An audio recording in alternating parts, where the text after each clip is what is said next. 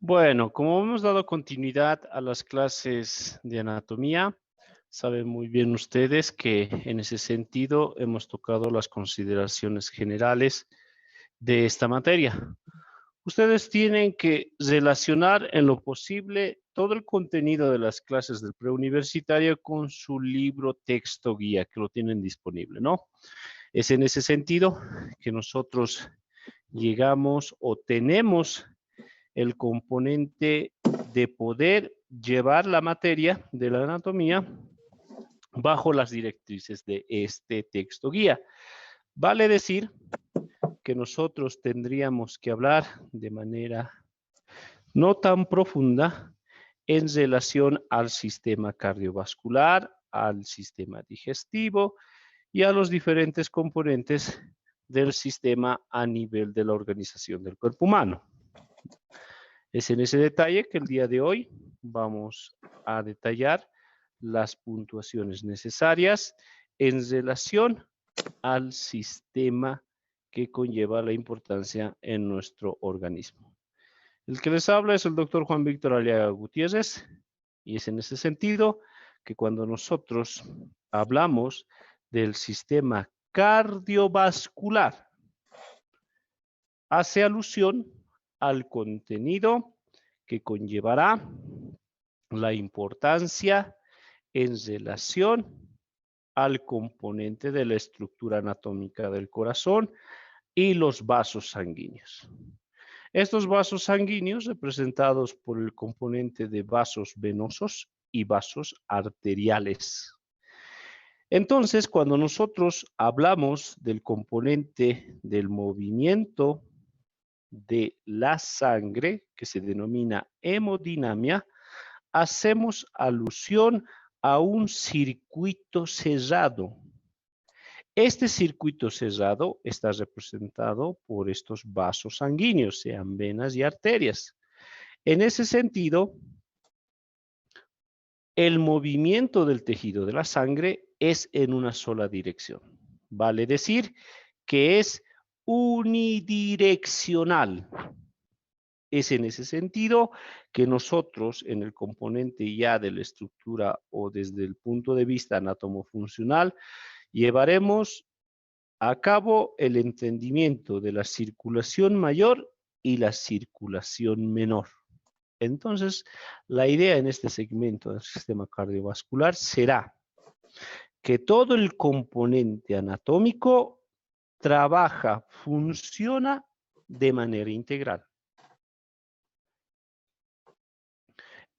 Para realizar, como les decía, el movimiento de la sangre o la hemodinamia, será importante desglosar la actividad de esta estructura anatómica denominada corazón. Cuando nosotros hacemos alusión a la descripción que conlleva el contenido intratorácico, argumentamos que existen espacios. Estos espacios a nivel intratorácico se los denomina mediastino. Y podemos desglosar a nivel de la descripción de la anatomía un mediastino superior, un mediastino inferior. Vuelvo a recalcar, un mediastino superior y un mediastino inferior. El mediastino inferior se llega a dividir en tres segmentos: mediastino inferior anterior, mediastino inferior medio, mediastino inferior posterior. ¿Por qué tenemos que hacer recalque de esta existencia de espacios a nivel intratorácico? Porque el componente o la estructura del corazón se va a encontrar en el mediastino inferior medio. Por eso aquí en esta diapositiva nos dice que es la parte central del tórax. Pero nosotros ya en el desglose de la materia, en anatomía, tenemos que saber que está en el mediastino inferior medio.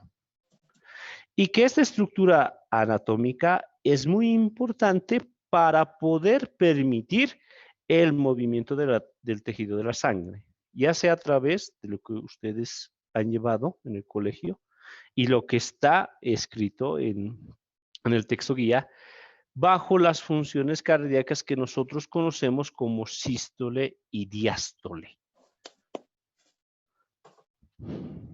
Entonces, la estructura anatómica que funciona como una bomba para realizar el movimiento de la sangre es el corazón.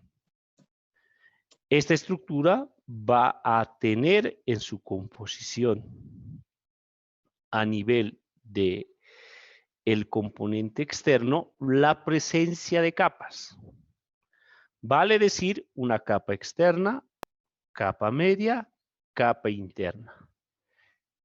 Conocidos mediante un lenguaje técnico como epicardio, haciendo alusión a la capa externa, miocardio, que es la capa media, endocardio, que es la capa interna. Y que todo este componente de envoltura o este componente de presencia de capas es en la totalidad del corazón, es decir, que va a estar envuelto en su integridad completa el corazón. Y que además, en este componente, si nosotros hacemos un corte, podemos apreciar la presencia de cavidades. Y en esas cavidades es importante la relación del movimiento del tejido de la sangre. ¿A qué me refiero? Que nosotros vamos a contar en el interior del corazón dos cavidades superiores que se denominan aurículas. Donde estoy señalando con el puntero de la computadora será pues una aurícula, dos aurículas.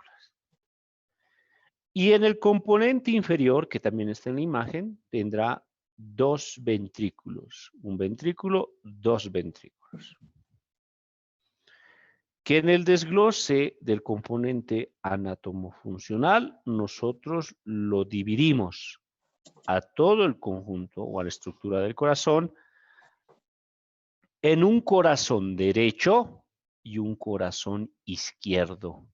Que en la imagen está representada el color azul a la aurícula derecha, al ventrículo derecho, y en conjunto es el corazón derecho. Luego tenemos a la aurícula izquierda, al ventrículo izquierdo, que en conjunto forman el corazón izquierdo, que está en la imagen de color rojo. Entonces, esto es muy importante incluso para entender, como les decía, el componente de la circulación mayor y menor, ¿no? Entonces, esta imagen es muy didáctica para el entender. Entonces, tenemos aquí otra imagen en este desglose para indicar que es el componente de color azul, el ventrículo derecho, donde tiene la emergencia del orificio de la arteria pulmonar. Entonces, este componente que está de color azul es la arteria pulmonar.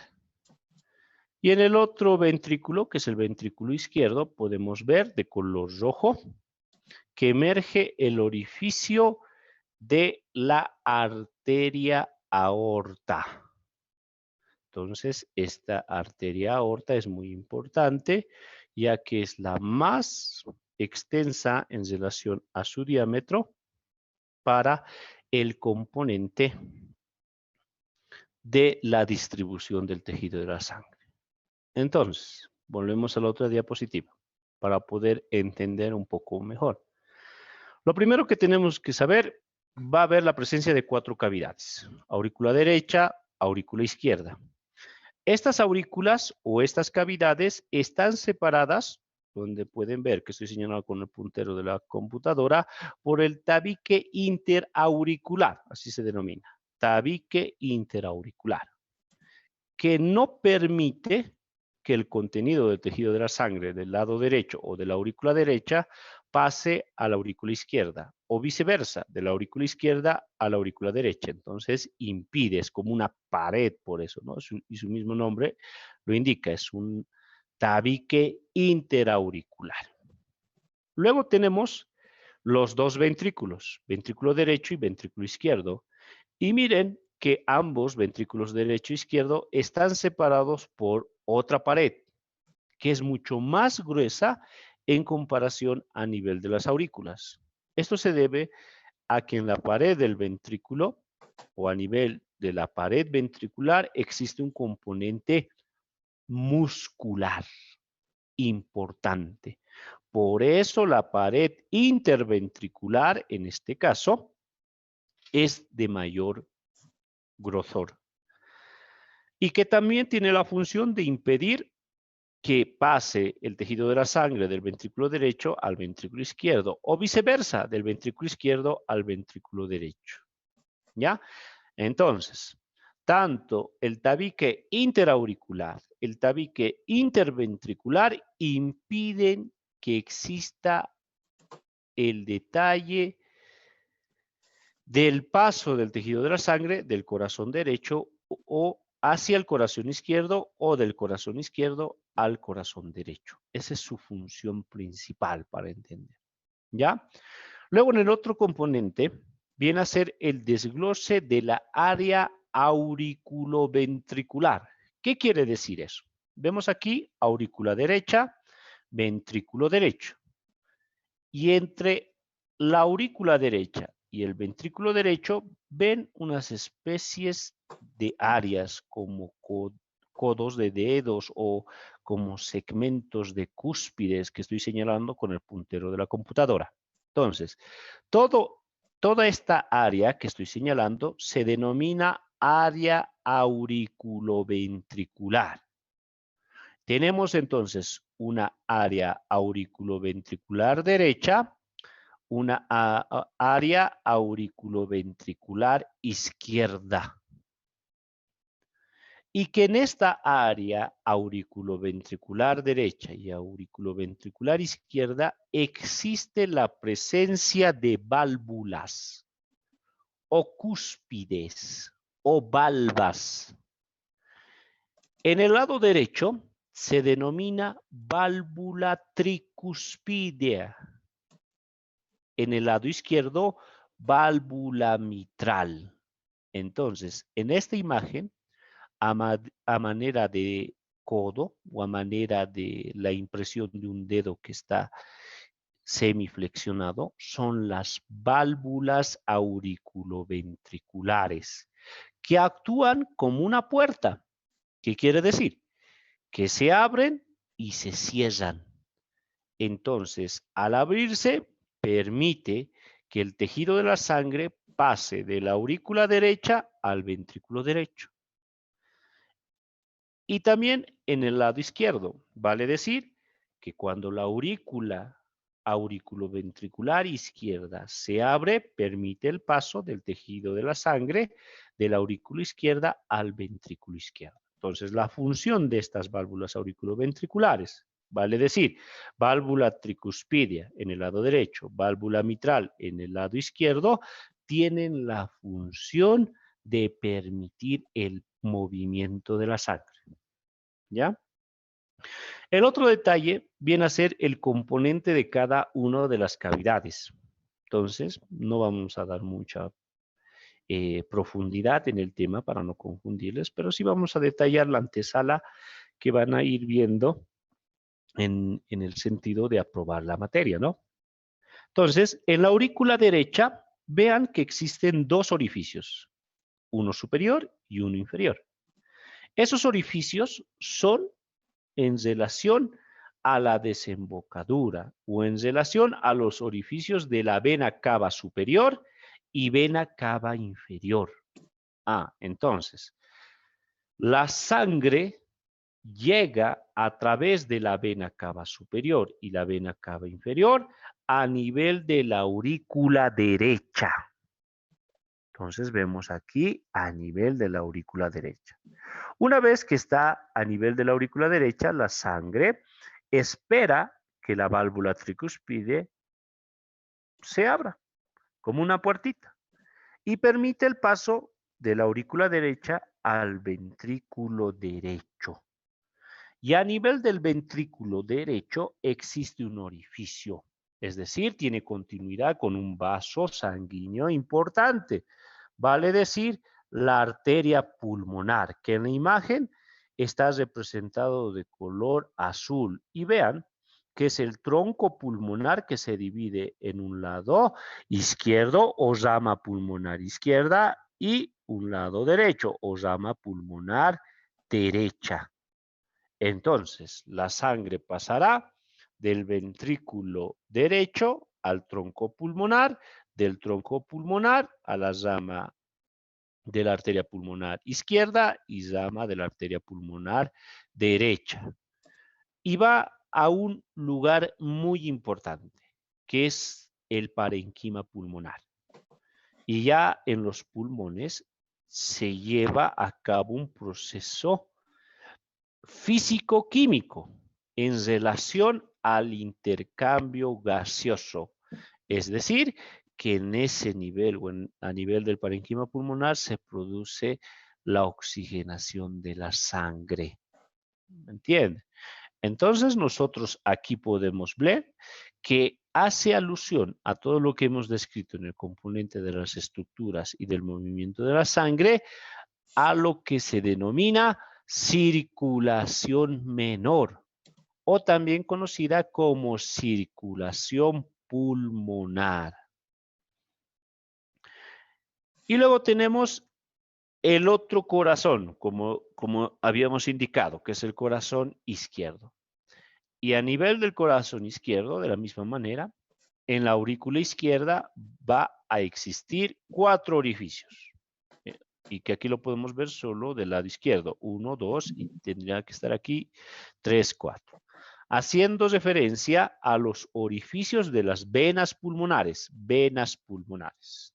Entonces, la sangre o el tejido de la sangre llega por medio de las 4 venas pulmonares a la aurícula izquierda. De la aurícula izquierda espera que la válvula mitral se abra.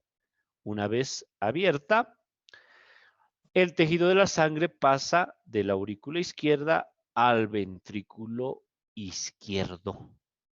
Y a nivel del ventrículo izquierdo existe un orificio, que es en relación a la continuidad de la arteria aorta. Entonces, vemos aquí la arteria aorta que está representada de color rojo y luego de una pequeña extensión presenta el arco aórtico, así nosotros lo denominamos en anatomía.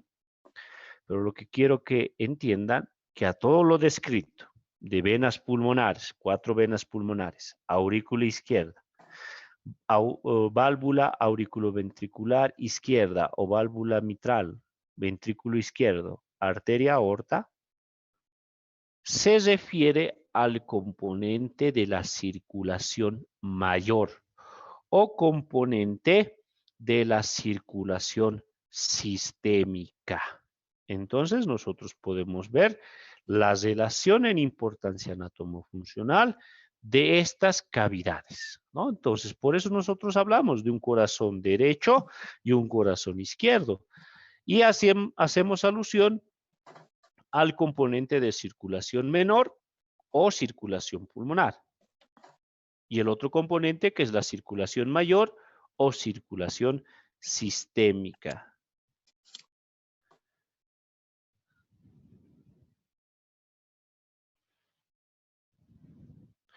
Luego tenemos aquí ya el componente de la misma manera, haciendo relación a las 4 cavidades existentes, a la presencia de los vasos sanguíneos a nivel de estos componentes del ventrículo, pero algo también que es muy importante, ¿no? Que tenemos que entender el componente de la sístole y de la diástole.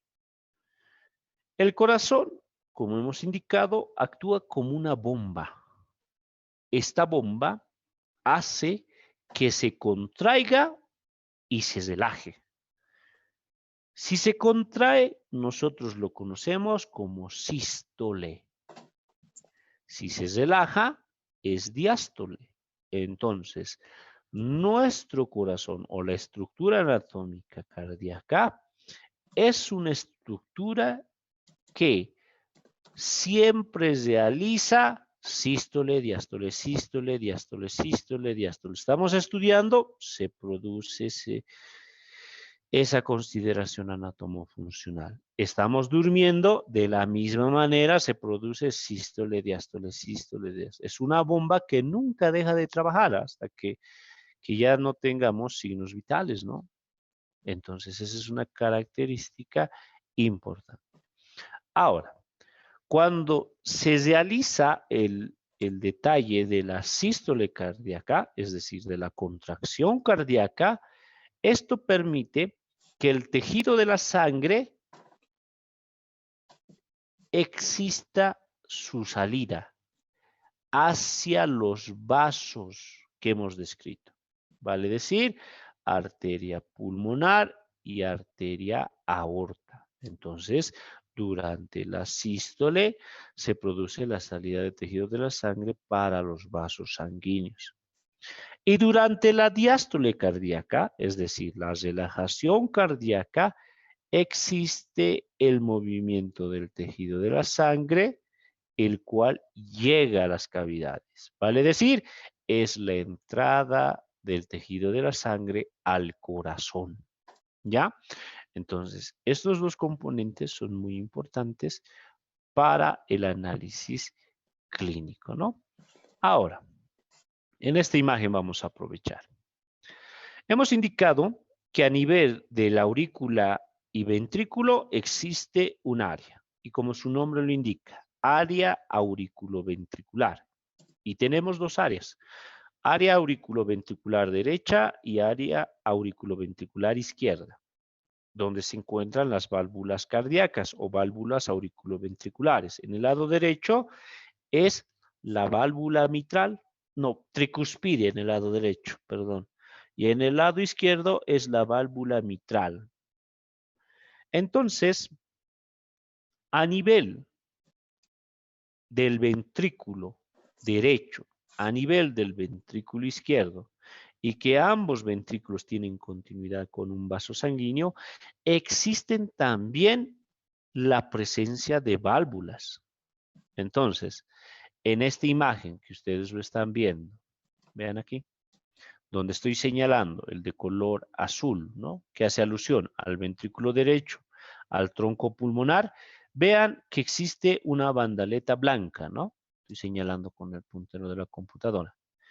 Eso es la válvula semilunar o válvula sigmoidea o conocida también como válvula pulmonar, que también actúan como puerta. Entonces tenemos una válvula sigmoidea pulmonar, una válvula semilunar pulmonar, y que son tres cúspides o tres valvas, ¿no? Esto es muy importante para poder mantener el detalle de que el movimiento de la sangre sea en un circuito cerrado unidireccional, es decir, que no se produzca un retroceso de la sangre, ¿ya? Y también en el lado izquierdo, a nivel del ventrículo izquierdo y de el vaso denominado arteria aorta, existe otra bandaleta blanca, ¿no? Donde estoy señalando. Y de la misma manera es una válvula semilunar, una válvula sigmoidea o una válvula aórtica. Esos tres nombres tiene, ¿no? Entonces, volvemos a hacer retroalimentación. Tenemos válvulas auriculoventriculares que están a nivel del aurículo y ventrículo derecho e izquierdo. Se denominan válvula tricuspidea, válvula mitral. A nivel del ventrículo derecho y la arteria pulmonar existe la válvula sigmoidea pulmonar o también llamada válvula semilunar pulmonar. A nivel del ventrículo izquierdo y la arteria aorta existe la válvula semilunar aórtica, la válvula sigmoidea aórtica, ¿ya? Que actúan a nivel del componente de poder mantener esa unidirección del movimiento de la sangre. También es bueno hacer alusión que por un lado tenemos al componente cardíaco, es decir, el corazón, que actúa como una bomba, ¿no? A través de la representación de las cavidades que lo forman, es decir, corazón derecho, corazón izquierdo, ¿no? La importancia a nivel de la diástole y de la sístole cardíaca. Y por el otro lado, este sistema cardiovascular también tendrá la participación de vasos sanguíneos, desde el componente venoso al componente arterial. Entonces, tenemos a las arterias, que ayudan a poder permitir que se realice la hemodinamia, es decir, el movimiento de la sangre en este circuito cerrado.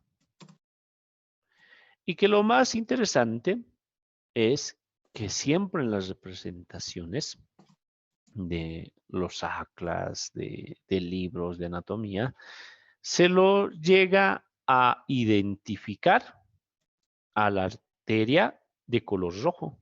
Entonces vemos aquí que una arteria tiene esa coloración, haciendo alusión al componente que es que en su interior se encontrará sangre oxigenada. Sangre oxigenada.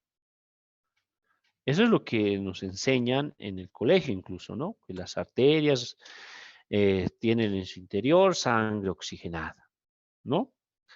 Pero en anatomía no es tanto así. ¿Por qué? Vamos a la otra diapositiva. Vemos aquí de color rojo a la arteria aorta. Arteria aorta. Vemos aquí a la arteria pulmonar de color azul. Entonces, ¿por qué si es arteria pulmonar y arteria aorta no son del mismo color rojo? ¿Por qué? ¿Saben por qué? Porque la circulación menor o circulación pulmonar tiene sangre desoxigenada, es decir, sangre que ha sido recolectada de los diferentes sitios o regiones del organismo y que esa sangre no tiene oxígeno en relación al componente de la unión de las moléculas de oxígeno a nivel de la hemoglobina. Entonces, para que no confundirles, maneja sangre desoxigenada. Por eso, la sangre desoxigenada tiene que viajar, tiene que estar en el interior de la arteria pulmonar y distribuirse hacia los pulmones. Y ya en los pulmones se realiza el proceso del intercambio gaseoso, es decir, la sangre se oxigena, ¿no? Entonces, podemos ver aquí que una arteria, que es la arteria pulmonar, maneja sangre desoxigenada, ¿no ve? Entonces, el enunciado de decir de forma general que todas las arterias tienen en su interior sangre oxigenada no es cierto. Por eso en medicina, no todo lo que nosotros llegamos a tener conceptos, definiciones, es 1 más 1, 2. No es una ciencia exacta, sino medicina conlleva a tener las capacidades de poder tener un criterio médico. Y ese criterio médico es por lo que ustedes tienen que estudiar muchos años. Y en ese sentido, en este ejemplo, podemos decir que una arteria denominada arteria pulmonar, rama derecha, rama izquierda, en su interior tienen tejido de la sangre desoxigenada. Y que ese tejido de la sangre desoxigenada va a los pulmones. Y ya en los pulmones se realiza el proceso intercambio gaseoso y tienen que volver de nuevo al corazón. Entonces, esa sangre oxigenada regresa a través de las venas pulmonares, que lo estoy señalando. Entonces, aquí también ya tenemos otro detalle de análisis, que las venas que están representadas de color azul en los atlas, en las imágenes de anatomía, no manejan en su interior solo sangre desoxigenada, sino también sangre oxigenada. Y el ejemplo, claro, es a nivel de las venas pulmonares que están en origen o que provienen o tienen relación a nivel del parenquima pulmonar. Y llegan o llevan la sangre oxigenada, 4 venas pulmonares, a la aurícula izquierda. Entonces vemos ahí que evidentemente en medicina nuestro punto de vista es analítico. Es un criterio médico en base a un análisis integral, ¿no? Eso quería recalcar. Entonces, volvemos. Entonces, en el componente de estos vasos sanguíneos va a haber, como hemos indicado, el componente arterial. Este componente arterial, que lo podemos apreciar en este esquema de coloración rojo, tendrá también la conformación de capas a nivel de su pared. Nosotros hablamos de una capa externa, una capa media y una capa interna. Y vean la característica de cada una de ellas, que la capa media es la más extensa, relacionado incluso al componente muscular que existe a nivel de este segmento. Tenemos aquí la estructura en un corte que se realiza en un vaso de una arteria y podemos ver en detalle la presencia de estas capas o también que se denominan túnicas, ¿no? Entonces, tenemos la túnica externa o denominada adventicia, la túnica media y la túnica íntima o denominada endotelio. Entonces, los componentes a nivel arterial son 3 túnicas o 3 capas. Capa externa, adventicia. Capa media, capa íntima o túnica íntima o endotelio, ¿no? Que también en la imagen podemos ver cada una de las características y disposición a nivel celular de estos segmentos. Entonces, a nivel de la túnica externa o denominada túnica adventicia, va a estar presente lo que nosotros llamamos a pequeños vasos, muy pequeños vasos, que se denominan vasa vasorum de la arteria. Y también a nivel de la capa externa estará el componente anatómico de su inervación. La capa media, que es la más externa, tendrá la característica de poder resistir los cambios físicos que se producen a nivel intraluminar, es decir, en el interior del conducto arterial. ¿Qué quiere decir? Que puede una arteria extenderse o disminuir su diámetro intraluminar. Entonces, ese detalle de extenderse, disminuir diámetros intraluminares es pues que existe una tensión en las paredes, ¿no? Entonces, eso se llega a sobrellevar gracias a la túnica media. Ya la túnica íntima, o denominada endotelio, va a tener un componente muy importante en relación a percibir cualquier alteración o cualquier cambio a nivel de la presión arterial, es decir, a nivel de la hemodinamia, del movimiento del tejido de la sangre. Llega a controlar, a identificar esas modificaciones. También tendrá un componente de responder ante cualquier lesión, daño o injuria.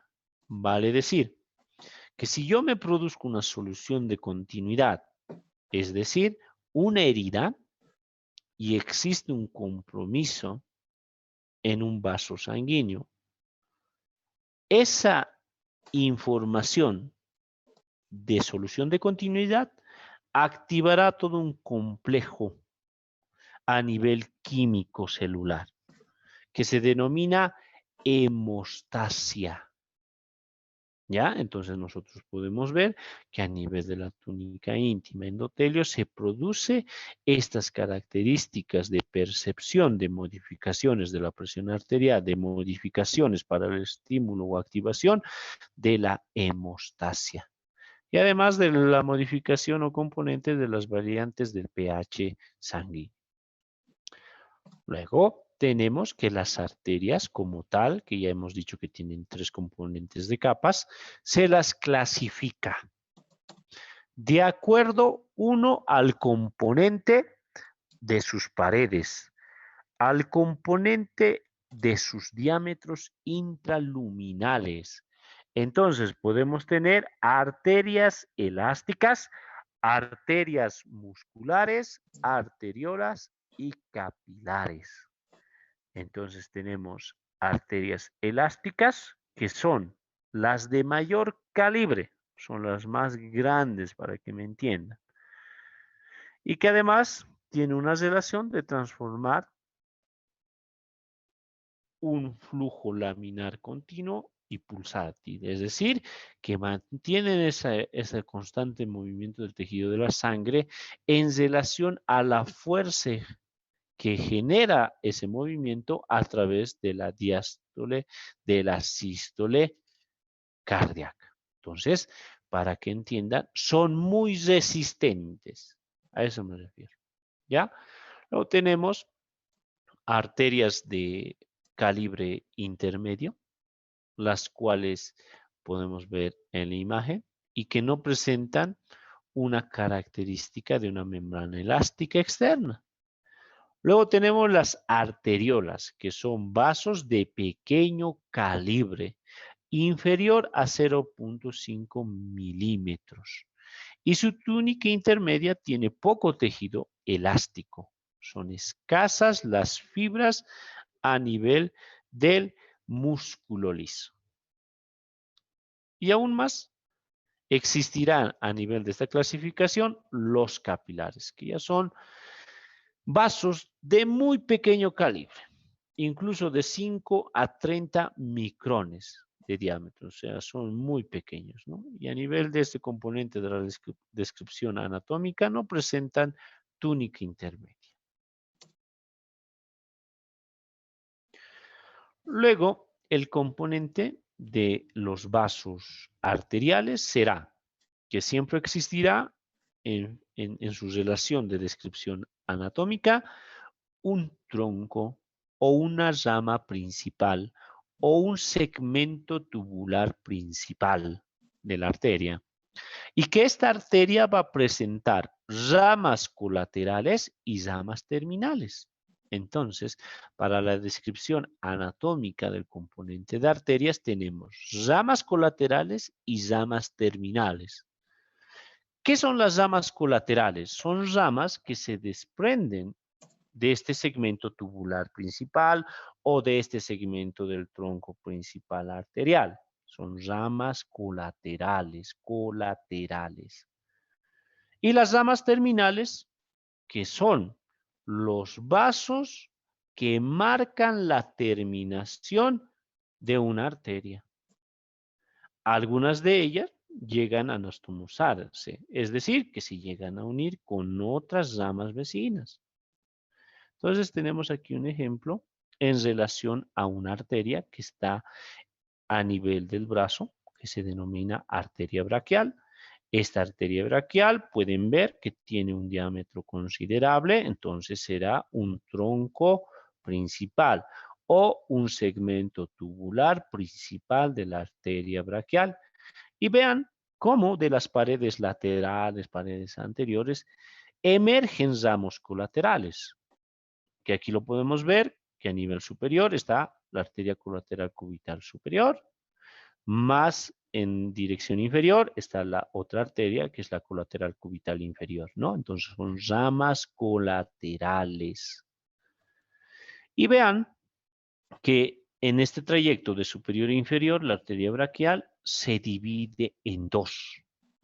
Están marcados en la porción inferior. Entonces serán sus ramos terminales, la arteria radial y la arteria cubital. Entonces, esto es un ejemplo para poder entender a lo que es una rama colateral y una rama terminal de este vaso.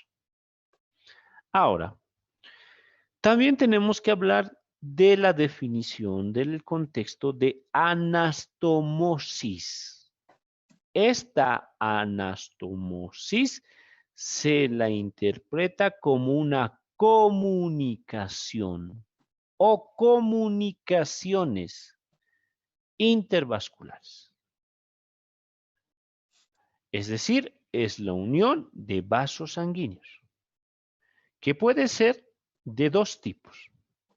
Anastomosis, es decir, comunicación, unión, para que me entiendan si no más fácil, arterio-arterial. Anastomosis arteriovenosa. Vuelvo a repetir. Anastomosis arterioarterial, anastomosis arteriovenosa.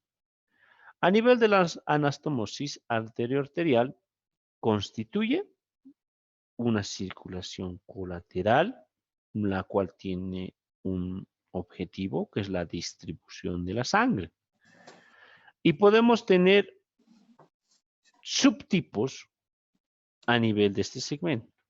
Vale decir, anastomosis arterioarteriales, anastomosis transversas, anastomosis por convergencia. Y la anastomosis arteriovenosa, su mismo nombre lo indica, que es una relación de comunicación entre un vaso arterial y una vena. Con precisión será una anastomosis a nivel de una arteriola y una vénula, que son vasos de pequeño diámetro, de pequeño calibre. Entonces aquí podemos ver que desde el componente que nosotros consideramos tejido de la sangre oxigenada, se llegan a mezclar, si valdría el término. Entonces se produce un cortocircuito de estos enunciados, de decir sangre oxigenada, sangre desoxigenada, porque existe una anastomosis arteriovenosa. ¿Y qué es muy importante? Porque si no existieran estas anastomosis, no se podría llegar al componente en detalle de la distribución y del movimiento de la sangre. Hemos dicho que el movimiento de la sangre es un circuito cerrado. Es algo que inicia y finaliza, y luego vuelve a iniciar y vuelve a finalizar. Es un circuito cerrado, es como un anillo. Es un circuito cerrado. Entonces, a nivel de este circuito cerrado, existirá pues el componente de unión, el componente de comunicación entre lo que nosotros conocemos como circulación mayor y circulación menor. Entonces, a eso se denomina, ¿no? Para que me entiendan, este cortocircuito de vasos en el componente del contenido del tejido de la sangre. Luego tenemos el componente de las venas, de los vasos venosos. Y ya hemos aclarado que si bien nos han enseñado que las venas en su interior transportan sangre desoxigenada, nosotros o ustedes como futuros profesionales de salud ya lo saben, que no es en cabalidad cierto. ¿Por qué? Porque a nivel de la aurícula izquierda existen 4 venas pulmonares. Esas 4 venas pulmonares provienen del parénquima pulmonar, vale decir, del pulmón derecho y del pulmón izquierdo. Y en su interior de esas venas pulmonares, de las 4 venas pulmonares, existe tejido sanguíneo oxigenado. ¿Lo ve? Entonces, ahí ya vemos que en el área de salud no es todo 1 más 1, 2. Todo es analítico, todo depende de nuestro criterio de profesionales. En este segmento nos indica que las venas son vías de conducción que llevan el componente del tejido de la sangre desde los tejidos al corazón.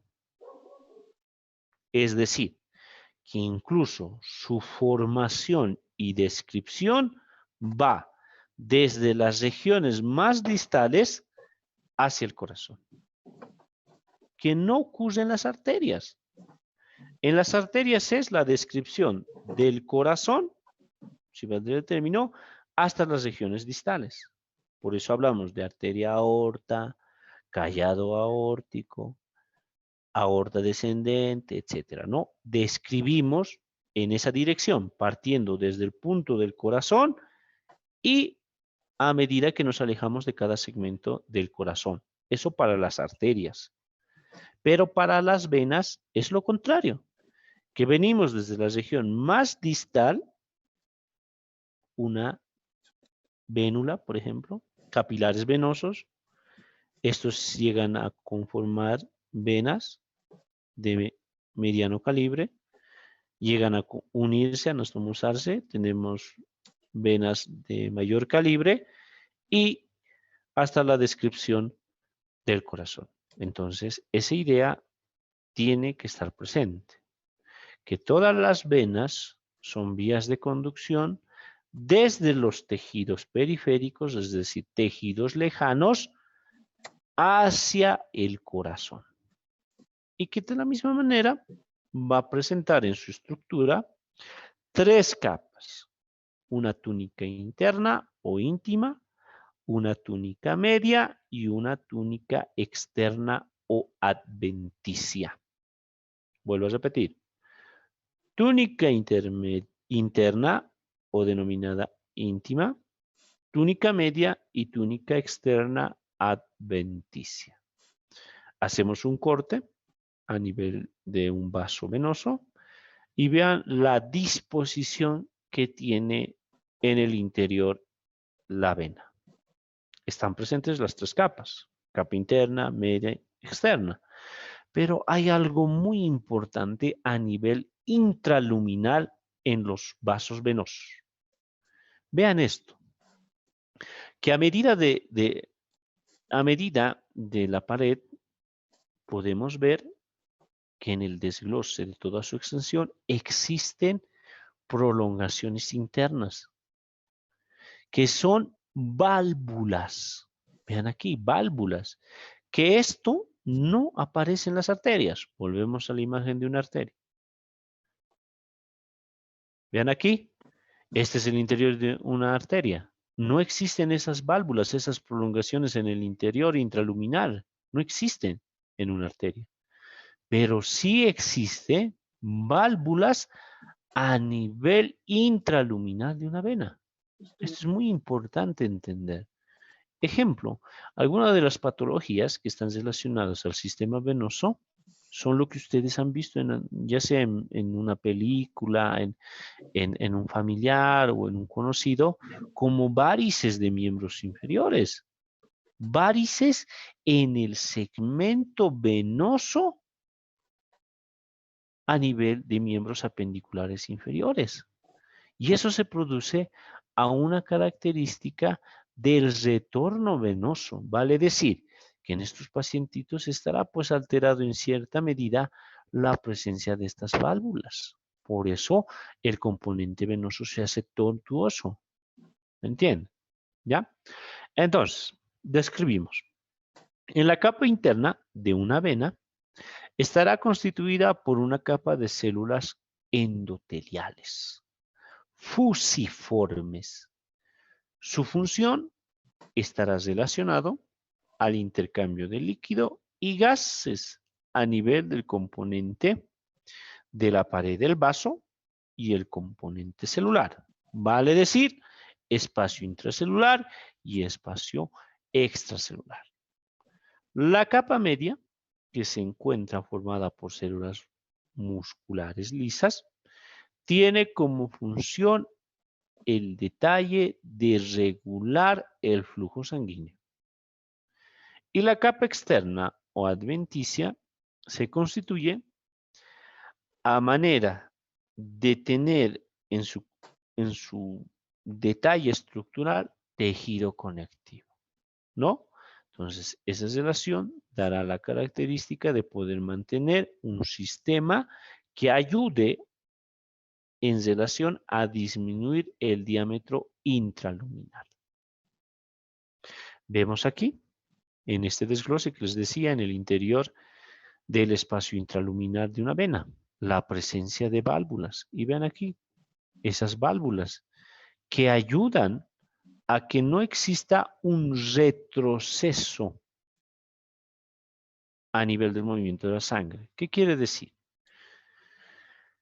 Cuando nosotros estamos de pie, el tejido de la sangre tiene que seguir un movimiento. Vale decir, para que me entiendan fácil, que la sangre que está en los pies tiene que estar en constante movimiento. Es decir, tiene que regresar sí o sí al corazón.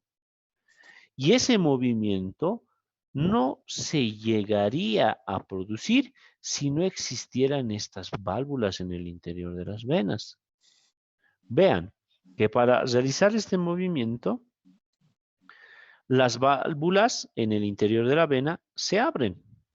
Una vez que una parte del contenido del tejido de la sangre llega al extremo superior, estas se cierran. Y en esta imagen, donde las flechitas de color rojo, evitando el retroceso de la sangre, porque existe una condición en física, ¿no? Que es la gravedad, ¿no? Entonces, el tejido de la sangre es un componente líquido, acuoso, y también está inmersa en lo que se refiere a las propiedades de la gravedad, ¿no? Entonces, para evitar este detalle de retroceso de la sangre son la participación o las consideraciones anatomofuncionales de estas válvulas venosas, que son estructuras endoteliales, que funcionan como un sistema de puertas, de compuertas, que evita el reflujo en relación al movimiento de la sangre. Y este es el ejemplo que está en el esquema del dibujo. Entonces, estas válvulas van a componerse de dos cúspides o dos válvulas, como en el dibujo lo están apreciando. Y cada una de estas válvulas va a presentar un borde adherente que está adosado a la pared de la vena y un borde libre que estará reforzado por la presencia de fibras de membrana endotelial. Entonces, es como una puertita, ¿no? Entonces, una puerta tendrá un componente que está adosada al marco de una puerta y un extremo libre, el cual se llega a detallar o relacionar con el movimiento de la puerta. Es lo mismo, ¿no? Entonces, hacemos alusión a que una válvula venosa tendrá un componente adosado a la pared y un componente libre, el cual es móvil. Y que, al igual que el componente arterial, las venas se llegan a clasificar, pero desde el punto de vista de la disposición topográfica. Vale decir que las venas se llegan a dividir o a clasificar en 4 grandes grupos. Sistema venoso superficial, sistema venoso profundo, sistema venoso comunicante y sistema venoso perforante. Vuelvo a repetir. Sistema venoso superficial, sistema venoso profundo, sistema venoso comunicante y sistema venoso perforante. En la imagen, que ustedes lo pueden apreciar, hacen relación al componente de la relación que el sistema superficial y el sistema profundo se relacionan, se unen. Y vean aquí en la imagen, que está de color celeste con un diámetro considerable a nivel de un vaso venoso, que viene a ser un sistema venoso profundo, y que tiene una relación íntima con estructuras anatómicas en profundidad, que en la imagen está representado por componente de tejido muscular, es decir, grupos musculares, ¿ya? Luego tenemos aquí un vaso de mediano calibre, que está cerca a la piel, ¿no? Cerca a la piel, y que este vaso de mediano calibre se denomina sistema venoso superficial, cerca a la piel. Entonces, sistema venoso superficial, sistema venoso profundo. Y miren, que el sistema venoso superficial y el sistema venoso se están comunicando por estas prolongaciones venosas, a las cuales denominamos venas perforantes y venas comunicantes. Por eso decía, ¿no?, que el sistema venoso superficial y el sistema venoso profundo tienen una relación. En el ejemplo que habíamos dado a nivel de miembros apendiculares inferiores son las varices, ¿no? Entonces, estas varices será pues que en el tratamiento quirúrgico se extrae un sistema. Será pues el sistema venoso superficial que se llegará a extraer de manera quirúrgica. Se extrae de manera completa según el grado de compromiso que tiene el paciente, pero el retorno, el movimiento de la sangre aún va a continuar porque va a estar presente el otro sistema, ¿no? Entonces, este detalle o consideración anatomofuncional es muy importante detallar, que el sistema venoso superficial, el sistema venoso profundo se comunican, se interrelacionan. Entonces, tenemos que el sistema venoso superficial es el que se encuentra ubicado cerca a la piel y que tiene una disposición superficial, es decir, a nivel de la fascia de revestimiento de los grupos musculares. Por eso vemos aquí en la imagen un grupo muscular que está representado de color naranja, ¿no? Y que estos grupos musculares, es decir, los músculos que son de color rojito, aquí en la imagen, ven una especie de línea roja, ¿no? Entonces, eso es una fascia de revestimiento. Y esta fascia de revestimiento está por fuera y en profundidad en relación al sistema venoso superficial. Ese es un detalle, una característica importante. Luego tenemos el sistema venoso profundo, el cual tiene la relación de que se halla en profundidad a la fascia de revestimiento y que tiene una distribución o una relación a nivel de las estructuras anatómicas en profundidad. Vale decir que su distribución es en base a las arterias que se encuentran en esa región. Y luego, como en la misma imagen, se detalla el sistema venoso comunicante, que hace la relación en cuanto se refiere a comunicación entre el sistema venoso superficial y el sistema venoso profundo. En el detalle también de poder comunicar según la disposición de planos o estratos. Vale decir, un sistema venoso comunicante también tiene la importancia de su distribución en el segmento de planos o estratos de las estructuras anatómicas en las determinadas regiones. Y el sistema venoso perforante, como en la imagen lo ven, comunica de manera casi directa, si vale el término, sistema venoso superficial y sistema venoso profundo. Tenemos aquí en el desglose de poder entender algunas venas como ejemplo. Vale decir, la vena yugular, que esta estará presente a nivel de la región cervical. La vena subclavia a nivel del componente o del área infraclavicular. Las venas coronarias, las venas cava superior, vena cava inferior, venas pulmonares, haciendo alusión al segmento del componente anatómico a nivel cardíaco. La vena renal, la vena femoral y la vena safena mayor y menor. Estas últimas en relación a la disposición de los miembros apendiculares inferiores, ¿no? En el esquema de la imagen podemos ver algunas de ellas representadas en este segmento, ¿no? Vale decir, vena cava superior, donde estoy señalando, la vena cava inferior, tenemos la vena subclavia, tanto del lado derecho como del lado izquierdo, las venas ilíacas, tanto externas del lado derecho e izquierdo, la vena femoral, ¿no? Entonces, esta imagen es desde el punto de vista analítico de una vista posterior. Vemos aquí lo que habíamos detallado en relación a la anastomosis, a las intercomunicaciones que existen en los vasos sanguíneos, ¿no?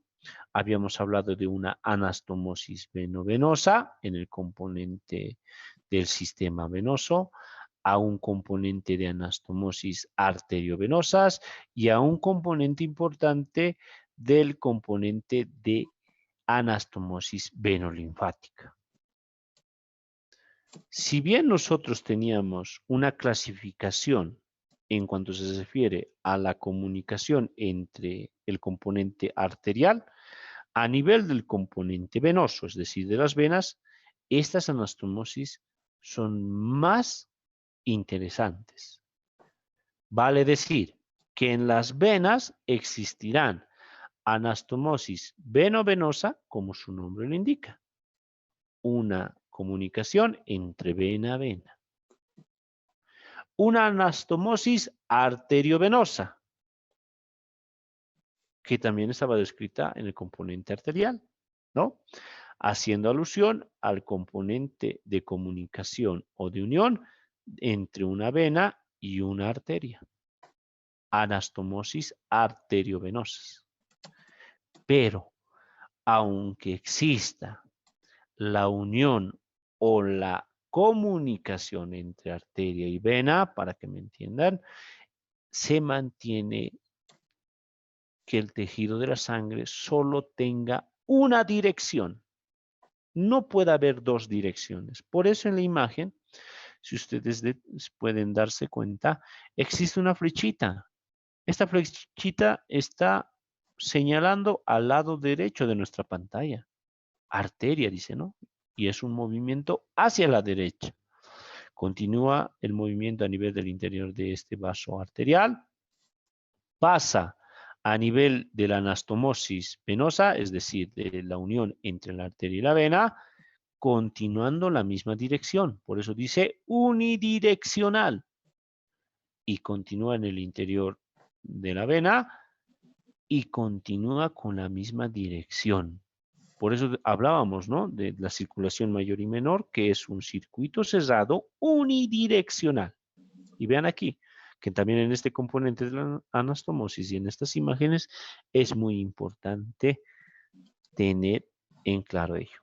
Y también hablamos de una anastomosis entre un vaso linfático y un vaso venoso, al cual nosotros denominaremos anastomosis venolinfática. Entonces, en ese sentido, este componente de anastomosis venolinfática es importante en lo que se detalla el componente del movimiento que contiene el tejido linfático por un lado. Ahora, también es bueno hacer una retroalimentación del componente de los capilares. Los capilares, que está representado aquí en la imagen como redes, si ustedes lo ven, son como redes interpuestos, y que estos segmentos son interpuestos entre una arteria y una vena. Y que los capilares se produce algo muy importante, que viene a ser el intercambio entre la sangre y la estructura anatómica. Vale decir, el componente de los intercambios de la sangre y los órganos. Y estos establecen una relación entre la sangre y el tejido. Vale decir, nutrición. Vale decir que llega sangre o tejido de la sangre oxigenada con oxígeno al tejido. Por eso es un componente nutricional. Y el otro detalle será que los capilares también estarán relacionados a la eliminación del anhídrido o del hecho de tener tejido de la sangre desoxigenada y que este tejido de la sangre oxigenada tiene que ir a ser oxigenada. Por eso hablamos de un componente de eliminación, ¿no? En el sentido de tejido y sangre. Y vean que evidentemente a nivel de estas redes capilares se producirán esos componentes nutricionales y de eliminación del tejido de la sangre desoxigenada. Volvemos aquí a tener ya una imagen más desglosada que hace alusión a la circulación mayor y a la circulación menor, que ya lo hemos descrito, ¿no? Entonces, hacemos una retroalimentación que la circulación mayor o denominada circulación general o denominada circulación sistémica va a comprender va a comprender lo que conlleva la participación de las cavidades a nivel del componente cardíaco. Vale decir, ventrículo izquierdo, arteria aorta, todas las arterias del organismo, porque se está distribuyendo el tejido de la sangre, los capilares, las venas, que conducen sangre desoxigenada a la aurícula derecha. Entonces, vuelvo a repetir, la circulación mayor o denominada circulación general o denominada circulación sistémica comprende el movimiento del tejido de la sangre desde el ventrículo izquierdo, arteria aorta, todas las arterias o todos los vasos del organismo, los capilares, las venas, que conducen sangre desoxigenada a la aurícula derecha. Entonces, todo ese componente que hemos descrito es la circulación mayor. Y luego tenemos la circulación menor o denominada circulación pulmonar. Su mismo nombre lo indica, ¿no? ¿Qué relación funcional o anatomofuncional va a llevar el tejido de la sangre? Vale decir, que comprende el movimiento del tejido de la sangre del ventrículo derecho a la arteria pulmonar, de la arteria pulmonar a la rama pulmonar derecha, a la rama pulmonar izquierda, se dirigen al pulmón derecho, al pulmón izquierdo, se produce el intercambio gaseoso, vale decir, el tejido de la sangre se oxigena y tiene que retornar a través de los capilares pulmonares a las 4 venas pulmonares y estas 4 venas pulmonares llegan a la aurícula izquierda. Vuelvo a recalcar. La circulación menor o circulación pulmonar parte del ventrículo derecho, arteria pulmonar, rama de la arteria pulmonar derecha, rama de la arteria pulmonar izquierda, para el pulmón izquierdo, para el pulmón derecho. A nivel de los pulmones o del parénquima pulmonar, en realidad del componente alveolo capilar, se produce el intercambio gaseoso. Y esta sangre ya oxigenada a través de los capilares pulmonares pasan a las venas, a las 4 venas pulmonares. Y estas 4 venas pulmonares desembocan a nivel de la aurícula izquierda. Vale decir que todo lo descrito es la circulación menor. Y ven en la imagen, ¿no? Cuando se habla de circulación menor, evidentemente participa el componente de intercambio gaseoso, el parénquima pulmonar, por un lado, y la circulación mayor, que hace alusión a la distribución de la sangre, ¿no? Y vean ahí una imagen de un hombrecito, una silueta de una persona haciendo alusión a este componente del tejido de la sangre. Bueno, sistema linfático. Vamos a quedar en esta diapositiva para dar continuidad la próxima clase en detalle al componente del sistema linfático. Entonces, las recomendaciones son las siguientes, estimados postulantes a la carrera de medicina. Tienen que estudiar y deben de estudiar su texto guía.